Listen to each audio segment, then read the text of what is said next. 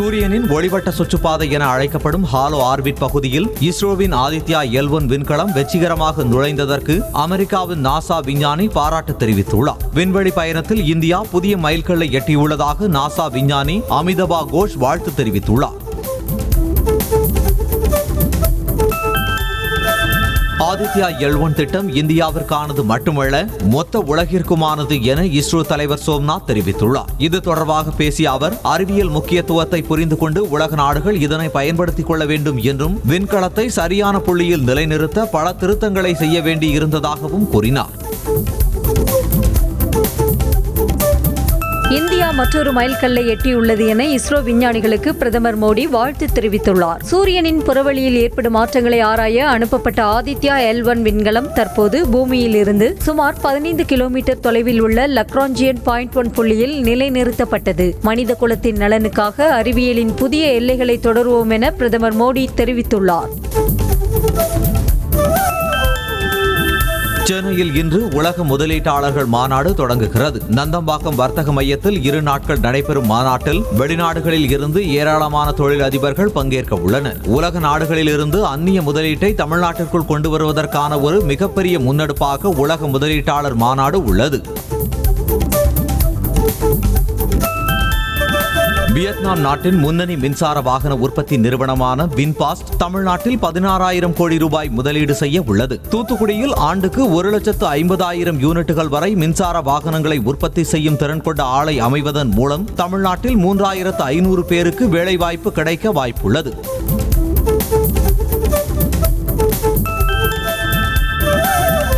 சிங்கப்பூரைச் சேர்ந்த நிறுவனங்கள் தமிழ்நாட்டில் தொழில் தொடங்க 31,000 கோடி ரூபாய் மதிப்பிலான புரிந்துணர்வு ஒப்பந்தங்களில் கையெழுத்திட உள்ளன. சென்னையில் இன்று நடைபெறவுள்ள உலக முதலீட்டாளர்கள் மாநாட்டில் தமிழ்நாடு அரசுக்கும் சிங்கப்பூரைச் சேர்ந்த நிறுவனங்களுக்கும் இடையே ஒப்பந்தங்கள் கையெழுத்தாக இருப்பதாக கூறப்பட்டுள்ளது. சென்னையில் நடைபெறும் உலக முதலீட்டாளர்கள் மாநாடு மூலம் தமிழ்நாட்டிற்கு அதிக அளவிலான முதலீடுகள் வரவுள்ளதாக தொழில்துறை அமைச்சர் TRB ராஜா தெரிவித்துள்ளார். சென்னையில் செய்தியாளர்களிடம் பேசிய அவர், முதலமைச்சர் கூறும் பரவலாக்கப்பட்ட வளர்ச்சிதான் மாநாட்டின் நோக்கம் என்றும், லட்சக்கணக்கான வேலை வாய்ப்புகள் மாநாட்டின் மூலம் உருவாகும் என்றும் தெரிவித்தார். தமிழக அரசு எதை செய்தாலும் குறை கூறுவதற்கு என்றே ஒரு கூட்டம் இருப்பதாக தமிழ்நாடு காங்கிரஸ் தலைவர் KS அழகிரி கூறினார். சென்னை விமான நிலையத்தில் செய்தியாளர்களை சந்தித்த அவர், சென்னையில் நடைபெறவுள்ள உலக முதலீட்டாளர்கள் மாநாடு மாபெரும் வெற்றியடையும் என்றும், இந்த மாநாட்டால் தமிழ்நாட்டிற்கு மகத்தான வளர்ச்சி கிடைக்கும் என்றும் தெரிவித்தார். வரும் 9ஆம் தேதி வேலை நிறுத்த போராட்டம் அறிவித்துள்ள நிலையில் பணிக்கு வராத போக்குவரத்து தொழிலாளர்கள் மீது ஒழுங்கு நடவடிக்கை எடுக்கப்படும் என சென்னை மாநகராட்சி போக்குவரத்து கழக மேலாண் இயக்குநர் எச்சரித்துள்ளார். தொழிலாளர்களுக்கு அளிக்கப்பட்ட விடுப்பு ரத்து செய்யப்படுவதாகவும், வார விடுப்பு மற்றும் பணி ஓய்வில் உள்ளவர்கள் கட்டாயம் பணிக்கு வர வேண்டும் என்றார். தமிழகத்தில் பொங்கல் பரிசு தொகுப்பினை பெறுவதற்கான டோக்கன் இன்று முதல் வீடு வீடாக விநியோகிக்கப்பட உள்ளது. 1 கிலோ பச்சரிசி, 1 கிலோ சர்க்கரை, முழு கரும்புடன் 1000 ரூபாய் அடங்கிய பரிசு தொகுப்பு வரும் 10ஆம் தேதி முதல் விநியோகம் செய்யப்படும் என தெரிவிக்கப்பட்டுள்ளது. கேலோ இந்தியா விளையாட்டுப் போட்டியின் தொடக்க விழாவில் கலந்து கொள்வதாக பிரதமர் மோடி உறுதியளித்துள்ளார் என அமைச்சர் உதயநிதி ஸ்டாலின் தெரிவித்தார். சென்னை மெரினா கடற்கரையில் கேலோ இந்தியா விளையாட்டுப் போட்டிக்கான பிரச்சார ஊர்தியை கொடியசைத்து துவக்கி வைத்த பின்னர் செய்தியாளர்களுக்கு பேட்டியளித்த அவர் இதனை கூறினார்.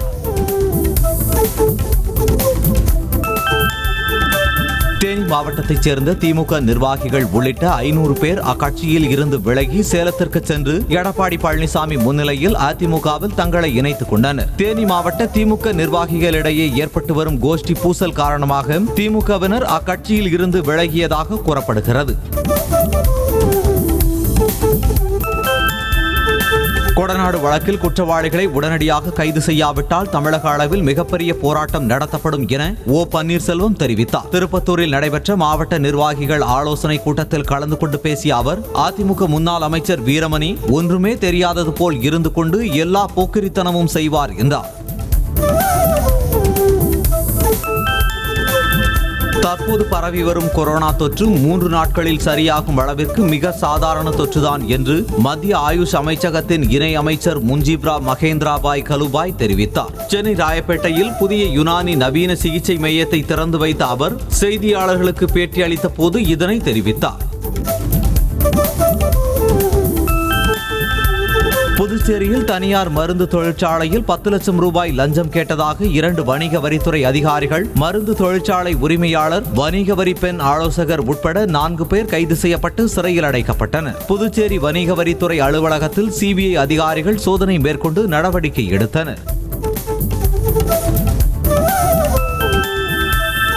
நெல்லை மாவட்டம் கொக்கரகுளத்தில் உள்ள அறிவியல் மையத்தில் மோப்ப நாய் உதவியுடன் வெடிகுண்டு தடுப்பு பிரிவு போலீசார் சோதனை மேற்கொண்டனர். மத்திய அரசின் கட்டுப்பாட்டின் கீழ் உள்ள அறிவியல் மையங்களில் வெடிகுண்டு வெடிக்கும் என கொல்கத்தாவில் உள்ள தலைமையகத்திற்கு மர்ம நபர் ஒருவர் மின்னஞ்சல் மூலமாக மிரட்டல் விடுத்திருந்தார். தமிழகத்தில் கள் இறக்குவதற்கு எஸ் அல்லது நோ என்று சொல்ல முடியாது என அமைச்சர் முத்துசாமி தெரிவித்தார். ஈரோடு மாவட்டம் குளத்துப்பாளையம் பகுதியில் உயர்மட்ட பாலம் கட்டுவதற்கான பணியினை துவக்கி வைத்த பிறகு செய்தியாளர்களுக்கு பேட்டியளித்த அவர், டாஸ்மாகில் மது பாட்டில்கள் கூடுதல் விலைக்கு விற்றால் ஊழியர்கள் மீது கைது நடவடிக்கை பாயும் என்றார்.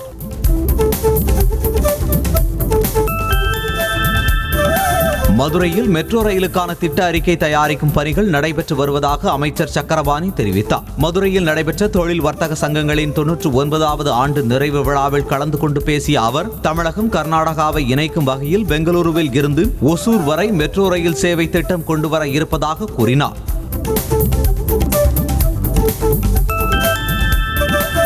மயிலாடுதுறை மாவட்டத்தில் சம்பா அறுவடை பணியினை விவசாயிகள் தொடங்கினர். தரங்கம்பாடியை அடுத்த மேமாத்தூர் கிராமத்தில் விவசாயி ஒருவர் அறுவடை இயந்திரத்திற்கு சூடம் காட்டி நெற்கதிர்களை அறுவடை செய்யும் பணி தொடங்கிய நிலையில் அரசு நேரடி நெல் கொள்முதல் நிலையத்தை திறக்க வேண்டும் என விவசாயிகள் கோரிக்கை விடுத்தனர். விருதுநகர் மாவட்டம் ஸ்ரீவில்லிபுத்தூர் சுற்றுவட்டார பகுதிகளில் கனமழை பெய்ததால் மக்கள் மகிழ்ச்சி அடைந்தனர். ஸ்ரீவில்லிபுத்தூர் பகுதியில் கடந்த 2 நாட்களாக வெப்பத்தின் தாக்கம் அதிகமாக இருந்த நிலையில் சாரல் மழையாக பெய்ய தொடங்கி படிப்படியாக சுமார் 2 மணி நேரமாக கனமழை பெய்ததால் விவசாயிகள் மகிழ்ச்சி அடைந்தனர். கடலூர் மாவட்டம் சிதம்பரம் சுற்றுவட்டார பகுதிகளில் இரவு நேரத்தில் கனமழை கொட்டி தீர்த்தது. கடந்த 2 நாட்களாக வெப்பம் சற்று அதிகமாக காணப்பட்ட நிலையில் சுமார் 1 மணி நேரம் வெளுத்து வாங்கிய கனமழையால் சாலையில் தாழ்வாக உள்ள இடங்களில் மழைநீர் தேங்கியது. செங்கல்பட்டு, கடலூர், விழுப்புரம் ஆகிய 3 மாவட்டங்களுக்கு இன்று ஆரஞ்ச் அலர்ட் விடுக்கப்பட்டுள்ளது. இந்த 3 மாவட்டங்களிலும் மிக கனமழை பெய்ய வாய்ப்புள்ளதாக சென்னை வானிலை ஆய்வு மையம் எச்சரிக்கை விடுத்துள்ளது. இதேபோல சென்னை உட்பட 11 மாவட்டங்களில் இன்று கனமழை பெய்ய வாய்ப்பு இருப்பதாக தெரிவிக்கப்பட்டுள்ளது. மழை வெள்ளத்தில் ஆவணங்களை இழந்தவர்களுக்கு புதிய ஆவணங்கள் வழங்குவதற்கான சிறப்பு முகாம்கள் திங்கட்கிழமை தோறும் நடைபெறும் என நெல்லை மாவட்ட ஆட்சியர் கார்த்திகேயன் தெரிவித்தார். மாவட்டத்தில் உள்ள 8 வருவாய் வட்டாட்சியர் அலுவலகங்களிலும் நடைபெறும் முகாம்களில் மக்கள் கலந்து கொண்டு இலவசமாக ஆவணங்களை பெற்றுக் கொள்ளலாம் என கார்த்திகேயன் கூறியுள்ளார்.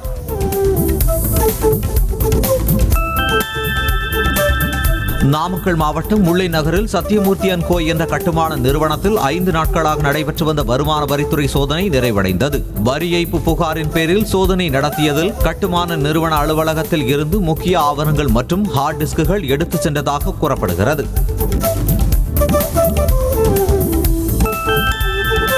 திருப்பூரில் பிரதமர் மோடி பங்கேற்கும் நிகழ்ச்சி திடீரென ரத்து செய்யப்பட்டதாக பாஜகவினர் அறிவித்துள்ளனர். ஜனவரி 19ஆம் தேதி மோடி கலந்து கொள்ள உள்ளதாக இருந்த பொதுக்கூட்டத்தின் தேதி மாற்றம் செய்யப்பட்டுள்ளதாகவும் புதிய தேதி பின்னர் அறிவிக்கப்படும் எனவும் பாஜகவினர் தெரிவித்தனர்.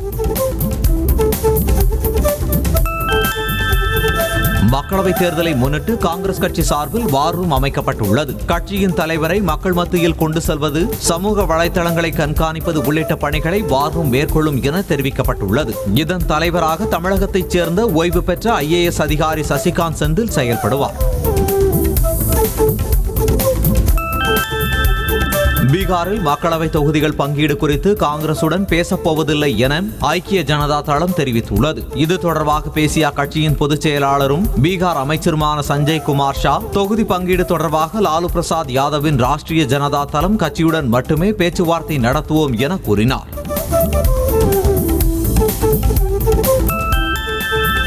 சமீபத்தில் காங்கிரஸில் இணைந்த ஒய்.எஸ். ஷர்மிளாவை தெலுங்கானா முதலமைச்சர் ரேவந்த் ரெட்டி சந்தித்தார். ஆந்திர முதலமைச்சர் ஜெகன்மோகன் ரெட்டியின் சகோதரி ஒய்.எஸ். ஷர்மிளா அண்மையில் காங்கிரஸ் கட்சியில் தன்னை இணைத்துக் கொண்டார். இந்த நிலையில் ஹைதராபாத்தில் அவரை சந்தித்த ரேவந்த் ரெட்டி அவருக்கு பொன்னாடை போர்த்தி மலர் கொத்து கொடுத்து வாழ்த்து தெரிவித்தார். டெல்லி மோடி மில் மேம்பாலம் அருகேயுள்ள வனப்பகுதியில் பெரும் தீ விபத்து ஏற்பட்டது. 7 வாகனங்களில் சென்ற தீயணைப்பு படை வீரர்கள் தீயை அணைக்கும் பணியில் ஈடுபட்டனர். மளமளவென தீ கொழுந்துவிட்டு எரிந்த நிலையில் அப்பகுதி முழுவதும் புகைமண்டலமாக காட்சியளித்தது. இதனால் மதுரா சாலையில் போக்குவரத்து பாதிக்கப்பட்டது. அயோத்தி ராமர் கோவில் திறப்பு விழா உத்தரப்பிரதேசத்தின் அனைத்து சிறைகளிலும் நேரலை செய்யப்படும் என அறிவிக்கப்பட்டுள்ளது. அயோத்தியில் கட்டப்பட்டுள்ள ராமர் கோவிலின் திறப்பு விழா வரும் 22ஆம் தேதி நடைபெற உள்ளது. கோவில் கும்பாபிஷேகத்தின் போது சிறை கைதிகள் தனிமைப்படுத்தப்படாமல் இருக்க இந்த ஏற்பாடு செய்யப்படும் என தெரிவிக்கப்பட்டுள்ளது. டெல்லியில் பொதுமக்களை நடுநடுங்க வைக்கும் கடும் குளிர் காரணமாக பள்ளிகளுக்கு விடுமுறை நீட்டிப்பு செய்யப்பட்டுள்ளது. தலைநகர் டெல்லியில் நிலவி வரும் அதிக பனிமூட்டத்தால் மக்களின் இயல்பு வாழ்க்கை கடுமையாக பாதிக்கப்பட்டுள்ளது. குளிர்கால விடுமுறை முடிந்து நாளை பள்ளிகளை திறக்க திட்டமிடப்பட்டிருந்த நிலையில் ஜனவரி 10ஆம் தேதி வரை விடுமுறை நீட்டிக்கப்பட்டுள்ளது. குஜராத்தின் வல்சாத் பகுதியில் எண்ணெய் நிறுவனத்தில் பயங்கர தீ விபத்து ஏற்பட்டது. தகவல் அறிந்து சம்பவ இடத்திற்கு சென்ற தீயணைப்பு வீரர்கள் வானுயர எழுந்த தீயை போராடி கட்டுக்குள் கொண்டு வந்தனர். இதனிடையே தீ கொழுந்துவிட்டு எரிந்ததால் அப்பகுதியில் பரபரப்பான சூழல் நிலவியது. டெல்லியில் காஜல் ஜா என்ற பெண்ணுக்கு காதல் பரிசாக கிடைத்த 100 கோடி ரூபாய் மதிப்பிலான சொகுசு பங்களாவிற்கு போலீசார் சீல் வைத்தனர். கும்பல் மூலம் கட்ட பஞ்சாயத்து செய்து வந்த கேங்ஸ்டர் ரவி கானாவிடம் அந்த பெண் பணியாற்றி முக்கிய பொறுப்புகளை கவனித்த நிலையில் இந்த பங்களா பரிசாக கொடுக்கப்பட்டது. மத்திய பிரதேச மாநிலம் போபாலில் சட்டவிரோதமாக இயங்கி வந்த காப்பகத்தில் இருந்து 26 சிறுமிகள் மாயமானது தெரியவந்துள்ளது. தேசிய குழந்தைகள் உரிமைகள் அமைப்பின் தலைவர் பிரியங்க் கன்னுங்கோ நடத்திய ஆய்வில் இந்த அதிர்ச்சி தகவல் வெளியாகியுள்ளது. சிறுமிகள் கிறிஸ்தவ மதத்தை பின்பற்ற கட்டாயப்படுத்தப்பட்டதாகவும் கூறப்படுகிறது. ராமர் கோவிலுக்கு செல்ல விரும்பும் பக்தர்கள் கோரிக்கை வைத்தால் அதை முதல்வரிடம் கொண்டு சென்று அனுப்புவது குறித்து முடிவு செய்யப்படும் என அமைச்சர் சேகர் பாபு தெரிவித்திருக்கிறார். திருவல்லிக்கேணி பார்த்தசாரதி கோவிலில் நடைபெற்ற நிகழ்ச்சிக்கு பின்னர் செய்தியாளர்களை சந்தித்த அவர், அரசு மானியத்தோடு 200 நபர்களை காசிக்கு அனுப்பி வைத்தோம், அதே போல இந்த ஆண்டு 300 நபர்களை காசிக்கு அனுப்பி வைக்க உள்ளோம் என்றார். நீட் விலக்குக்கு கையெழுத்து போடாத முன்னாள் அமைச்சர் ஜெயக்குமார் கேள்வி கேட்க அருகதை இல்லாதவர் என அமைச்சர் உதயநிதி ஸ்டாலின் விமர்சித்திருக்கிறார். பிரதமர் மோடியுடனான சந்திப்பின் போது நீட் விலக்கு குறித்து பேசவில்லை என்ற ஜெயக்குமாரின் கருத்து பற்றி செய்தியாளர்களின் கேள்விக்கு பதிலளித்த அவர், நீட் விலக்குக்கு கையெழுத்து போட்டுவிட்டு அவர் கேள்வி கேட்கட்டும் என்றார். இயக்குனர் விக்னேஷ் சிவன் மற்றும் 7 ஸ்கிரீன் ஸ்டுடியோவுக்கு LIC நிறுவனம் நோட்டீஸ் அனுப்பியுள்ளது. அந்த நோட்டீஸில் லவ் இன்சூரன்ஸ் கார்ப்பரேஷன் என்ற தலைப்பை படத்திற்கு பயன்படுத்துவதை நிறுத்த வேண்டும் என்றும், நோட்டீஸ் பெற்ற 7 நாட்களுக்குள் பெயரை மாற்றாவிட்டால் உரிமையியல் மற்றும் குற்றவியல் நடவடிக்கைகள் மேற்கொள்ளப்படும் என்றும் எச்சரிக்கை விடுத்துள்ளது. கிளாம்பாக்கம் மெட்ரோ பணிகளை உடனே தொடங்க வேண்டுமென பாமக தலைவர் மருத்துவர் அன்புமணி ராமதாஸ் தமிழக அரசிடம் கோரிக்கை விடுத்துள்ளார். இதுகுறித்து அவர் வெளியிட்டுள்ள செய்திக்குறிப்பில், கிளாம்பாக்கத்திற்கு வரும் பயணிகள் சென்னை செல்வதற்கும், சென்னையில் இருந்து வெளியூர் செல்ல வேண்டிய மக்கள் கிளாம்பாக்கம் செல்வதற்கும் போதிய ஊர்தி வசதி இல்லாமல் அவதிப்பட்டு வருகின்றனர் என தெரிவித்துள்ளார்.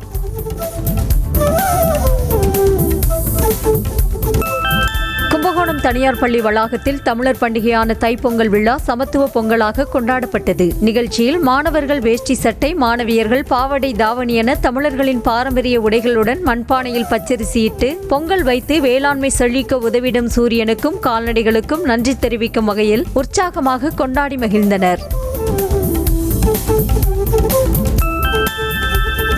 தமிழ்நாடு ஸ்ரீ ராம ஜென்மபூமி தீர்த்த கஷேத்திர டிரஸ்ட் சார்பில் கிரி டிரேடிங் கம்பெனியின் நிர்வாக இயக்குனர் TS ரங்கநாதன் இசையமைத்து பாடிய அயோத்திக்கு வாருங்கள் பாடல் வெளியிடப்பட்டது. சென்னை தீநகரில் உள்ள திருமலை திருப்பதி தேவஸ்தானத்தில் நடைபெற்ற வெளியீட்டு நிகழ்ச்சியில் வேல்ஸ் பல்கலைக்கழக வேந்தர் ஐசிரி கணேஷ் கலந்து கொண்டு பாடலை வெளியிட்டார். ஈரோடு மாவட்டம் சத்தியமங்கலம் அருகே மின் இணைப்பு வழங்குவதற்காக விவசாயியிடம் லஞ்சம் வாங்கியதாக மின்வாரிய அதிகாரிகளை லஞ்ச ஒழிப்புத்துறையினர் கைது செய்தனர். சிக்கரசாம்பாளையத்தைச் சேர்ந்த அருண் பாரதி என்பவரிடம் உதவி மின் பொறியாளர் சண்முகம் மற்றும் துணை மின் பொறியாளர் பாலசுப்ரமணியம் ஆகியோர் 6000 ரூபாய் லஞ்சம் வாங்கிய போது பிடிபட்டனர்.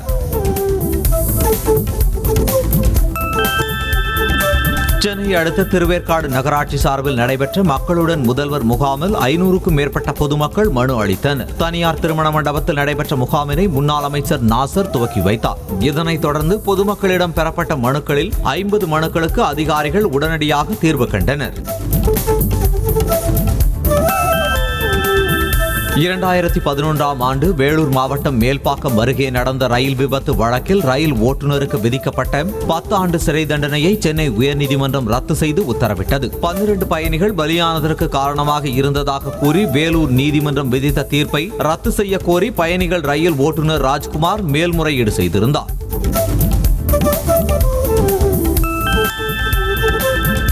மதுரை மாவட்டம் மேலூர் அருகே சமத்துவ பொங்கல் விழா கோலாகலமாக கொண்டாடப்பட்டது. தியாகி கக்கன் பிறந்த ஊரான தும்பைப்பட்டியில் மனித சமூக விழிப்புணர்வு அமைப்பு மற்றும் வசந்தோதயா அறக்கட்டளை சார்பில் கொண்டாடப்பட்ட பொங்கல் விழாவில் அனைத்து மதத்தைச் சேர்ந்த பெண்கள் பொங்கல் வைத்து சிறப்பாக கொண்டாடி மகிழ்ந்தனர்.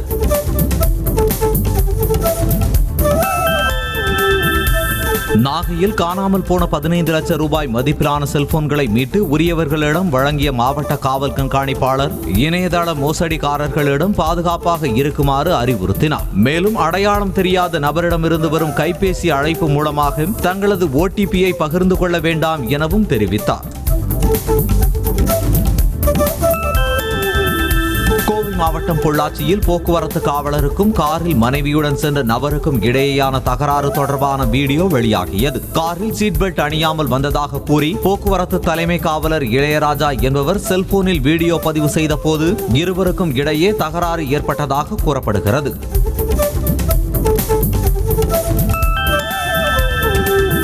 கள்ளக்குறிச்சி மாவட்டத்தில் பருவமழை பொய்த்து போனதால் உளுந்து உள்ளிட்ட பயிர்கள் கருகி வருவதாக விவசாயிகள் கவலை தெரிவிக்கின்றனர். உளுந்தூர்பேட்டை, தியாகதுருகம் உள்ளிட்ட பகுதிகளில் ஆயிரக்கணக்கான ஏக்கரில் பயிரிடப்பட்ட மானாவாரி பயிர்கள் கருகி வருவதால் உரிய நிவாரணம் அரசு வழங்க வேண்டும் என விவசாயிகள் கோரிக்கை விடுத்தனர்.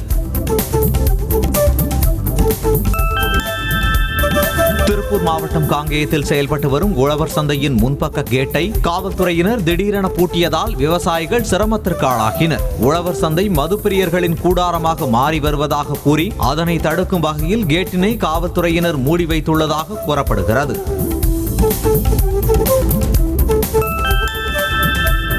திருவள்ளூரில் உரிய ஆவணங்கள் இன்றி இயக்கப்பட்டு வந்த 6 ஆட்டோக்களை வட்டார போக்குவரத்து அலுவலர்கள் பறிமுதல் செய்தனர். திருவள்ளூர் நகர் பகுதியில் வட்டார போக்குவரத்து அலுவலர் மோகன் தலைமையிலான அதிகாரிகள் ஆய்வு மேற்கொண்டனர். அப்போது ஓட்டுநர் உரிமம் இன்றி சீருடை அணியாத 16 ஆட்டோ ஓட்டுநர்களுக்கு 75,000 ரூபாய் அபராதம் விதித்தனர். மயிலாடுதுறையில் கம்ப்யூட்டர் உதவியுடன் கார் ஓட்டுவது போன்ற பாவனையாக்கி இயந்திரத்தின் செயல்பாட்டை மாவட்ட ஆட்சியர் மகாபாரதி துவக்கி வைத்தார். எளிதாக கார் ஓட்டி பயிற்சி பெறும் வகையில் தனியார் டிரைவிங் ஸ்கூலில் அமைக்கப்பட்டுள்ள இந்த அமைப்பை ஆட்சியர் அமர்ந்து இயக்க முற்பட்ட போது சீட் பெல்ட் அணியாததால் அதில் இருந்து எச்சரிக்கை மணி திடீரென ஒலித்தது.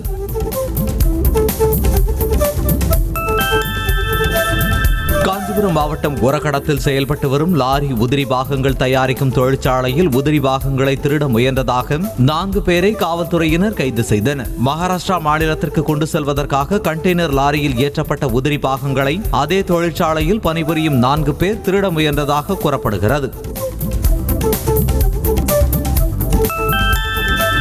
புதுச்சேரியில் கடலுக்கு மீன்பிடிக்க செல்ல மோட்டாரை இயக்கிய போது திடீரென தீ விபத்து ஏற்பட்டு படகு எரிந்ததில் மீனவர் பலியான சம்பவம் சோகத்தை ஏற்படுத்தியுள்ளது. தகவல் அறிந்த தீயணைப்பு வீரர்கள் விரைந்து சென்று தீயை அணைத்த போதிலும் படகில் இருந்த மீனவர் உடல் கருகி பலியானார்.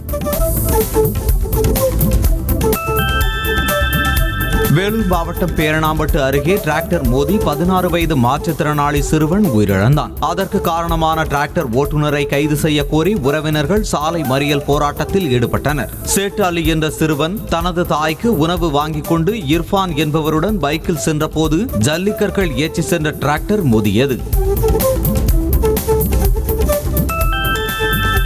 நீலகிரி மாவட்டம் கூடலூர் அருகே மசினகுடியில் வனத்துறையினரை கண்டித்து 100க்கும் மேற்பட்ட சுற்றுலா ஜீப் ஓட்டுநர்கள் வனத்துறை அலுவலகத்தை முற்றுகையிட்டு மறியல் போராட்டத்தில் ஈடுபட்டனர். 2 நாட்களாக விபூதிமலை பகுதிக்கு தனியார் ஜீப்கள் செல்ல முதுமலை புலிகள் காப்பக வனத்துறையினர் அனுமதிக்காமல் தடை விதித்ததாக கூறப்படுகிறது.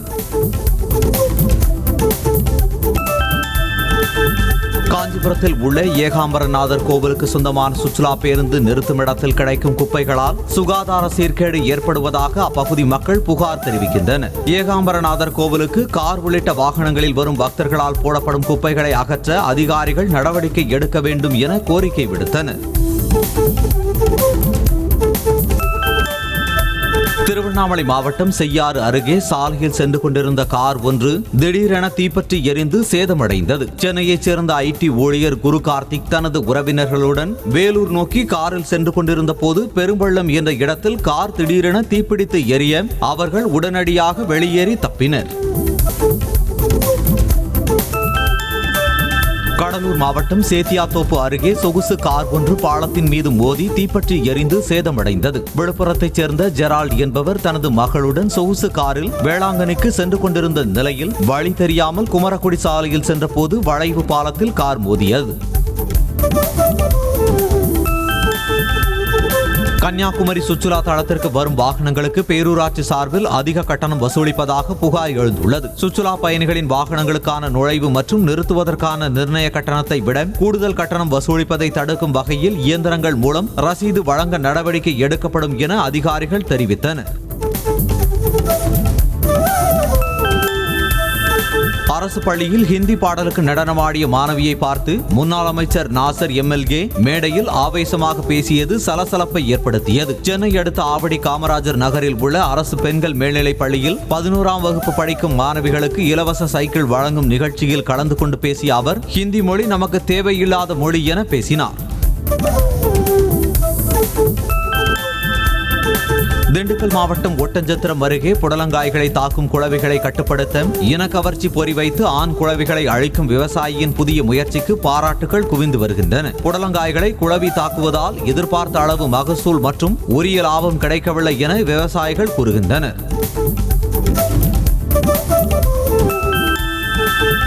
கோவை பகுதியில் நடைபெற்ற பவளக்கொடி கும்மியாட்ட நிகழ்ச்சியில் ஏராளமான பெண்கள் நடனமாடி அசத்தினர். ஆறுமுக கவுண்டனூர் பகுதியில் உள்ள சிங்கனூர் அம்மன் கோவிலில் பவளக்கொடி கும்மி குழுவின் 81வது அரங்கேற்ற நிகழ்ச்சியில் சிறுவர் சிறுமிகள் மற்றும் பெண்கள் கிராமிய பாடல்களுக்கு ஏற்ப நடனமாடி பார்வையாளர்களை கவர்ந்தனர். கரூர் மாவட்டம் காக்காவாடி கிராமத்தில் ஒயிலாட்டம் மற்றும் வள்ளி கும்மியாட்ட நிகழ்ச்சி கோலாகலமாக நடைபெற்றது. ஸ்ரீ பகவதி அம்மன் கோவில் வளாகத்தில் நடைபெற்ற கொங்கு ஒயிலாட்டம் மற்றும் ஸ்ரீ ஈசன் வள்ளி கும்மி அரங்கேற்ற விழாவில் ஒரே வண்ணத்திலான பாரம்பரிய உடையணிந்த பெண்கள் வள்ளி கும்மியாட்டமும் ஆண்கள் ஒயிலாட்டமும் ஆடி அசத்தினர்.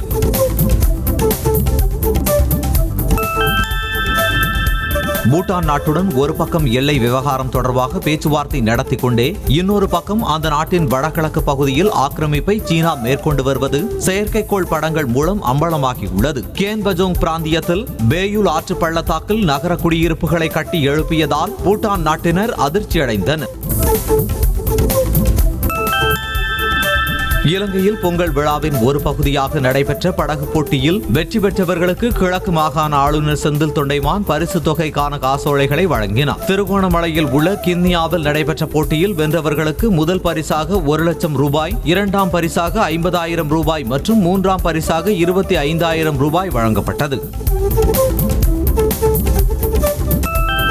இலங்கை திருகோணமலையில் தமிழர்களின் பாரம்பரிய விளையாட்டான ஜல்லிக்கட்டு போட்டி முதல் முறையாக நடைபெற்றது. பொங்கல் பண்டிகையை முன்னிட்டு நடைபெற்ற ஜல்லிக்கட்டு போட்டியை இலங்கை கிழக்கு மாகாண ஆளுநர் செந்தில் தொண்டமான் கொடியசைத்து தொடங்கி வைத்தார். இதில் 250 மாடுகள், 150 மாடுபிடி வீரர்கள் பங்கேற்ற நிலையில் 50 மாடுபிடி வீரர்கள் தமிழ்நாட்டில் இருந்து சென்றது குறிப்பிடத்தக்கது.